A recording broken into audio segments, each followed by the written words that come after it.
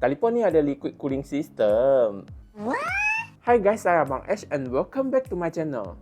So bagi korang yang tengah nak cari phone gaming, lepas tu nak phone yang ada cooling system, shoulder trigger dan ada bateri yang tahan, hari ni kat tangan aku ni ada sebuah smartphone baru daripada Infinix, iaitu Infinix GT50 Pro. Phone Infinix kali ini memang buat saya agak surprise sebab kali ni Infinix dah masukkan liquid cooling system yang ada pada PC dan masukkan dia ke dalam telefon ni.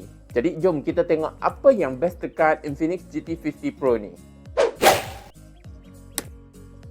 So, untuk rekaan phone, design kali ni nampak lebih simple compare dengan GT30 Pro yang sebelum ni. Tapi kali ini Infinix dah masukkan liquid cooling system dekat telefon ni, jadi air dia akan mengalir dekat dalam phone ni dan kurangkan haba. Untuk cover dia pula, cover dia adalah jenis yang glossy, jadi cover dia memang senang lekat ke sancap jari dan nampak kotor. Tapi apa yang saya suka dekat cover dia ialah lampu mechanical light wave dia.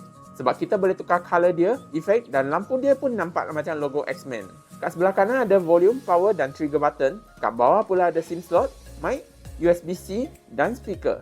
Kat sebelah kiri dia nampak clean dan tak ada sebarang button. Kat atas pula ada speaker, IR blaster dan satu mic. Bergerak ke bahagian depan, skrin dia bersaiz 6.78 inci guna skrin AMOLED. Jadi nak gunakan dia untuk layan movie ke scroll social media tu, skrin dia memang nampak luas dan rasa smooth. Kalau nak guna phone ni untuk layan cerita hantu pun best juga. Sebab phone ni dia support dual speaker siap dengan Dolby Atmos. Jadi kalau kita tengok cerita hantu dekat sinema kan, biasanya kita akan buang popcorn terus. Yang ni kan, kita akan buang telefon terus.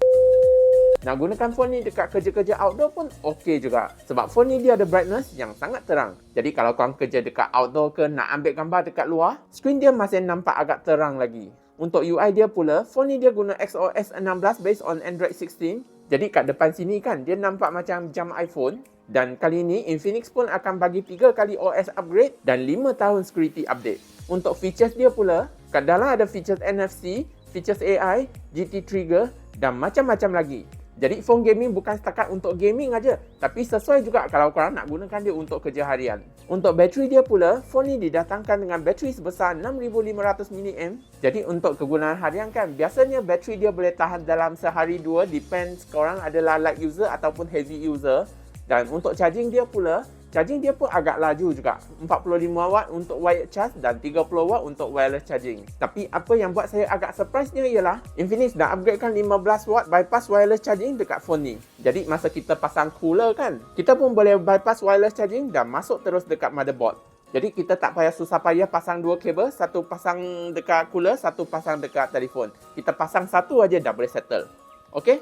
Untuk chipset dia pula, phone ni dia guna chipset MediaTek 8400 Ultimate. Jadi nak gunakan dia untuk kerja harian tu, so far nak check email dan buka apps tu, performance dia memang cukup laju dan tak rasa lag. Dan untuk gaming dia pula, gaming dia pun memang padu juga. Sebab kita boleh main game dekat 144 FPS dan telefon ni dia pun support pressure sense dekat GT Trigger. Untuk gaming experience dia pula, saya memang puas hati dengan telefon gaming ni. Sebab saya dah main game dekat high graphic, so far telefon ni dia tak rasa panas sangat dan rasa setakat suam-suam aja kalau kita guna Wi-Fi. Jadi kalau korang tak pasang cooler pun tak apa sebab liquid cooling system ni dia memang ada function, bukan sekadar hiasan saja. Cuma kalau korang guna internet daripada SIM card kan, telefon ni dia memang akan panas sikit. Jadi kalau tempat korang tak ada Wi-Fi, korang pasanglah cooler untuk sejukkan telefon ni.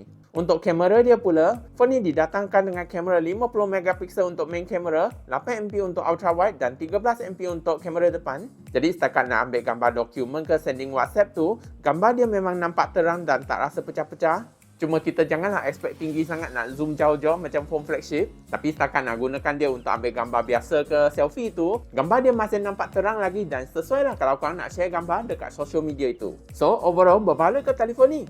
Bagi saya, yes, phone ni memang cukup berbaloi sebab walaupun harga dia dah naik dekat 30%, tapi Infinix masih berikan chipset yang cukup power, bateri besar dan ada cooling system. Jadi tahun ni kita tak boleh expect lah nak compare dengan harga tahun lepas. Tapi secara overall, Infinix dah masukkan liquid cooling system dekat telefon ni dan jaranglah korang akan nampak phone yang ada cooling system dekat harga sebegini. So kalau korang yang tengah nak cari phone gaming tu, memang korang kena masukkan dia dalam list korang. So kalau korang berminat dengan telefon ni, aku dah sharekan link dia dekat bawah description sana.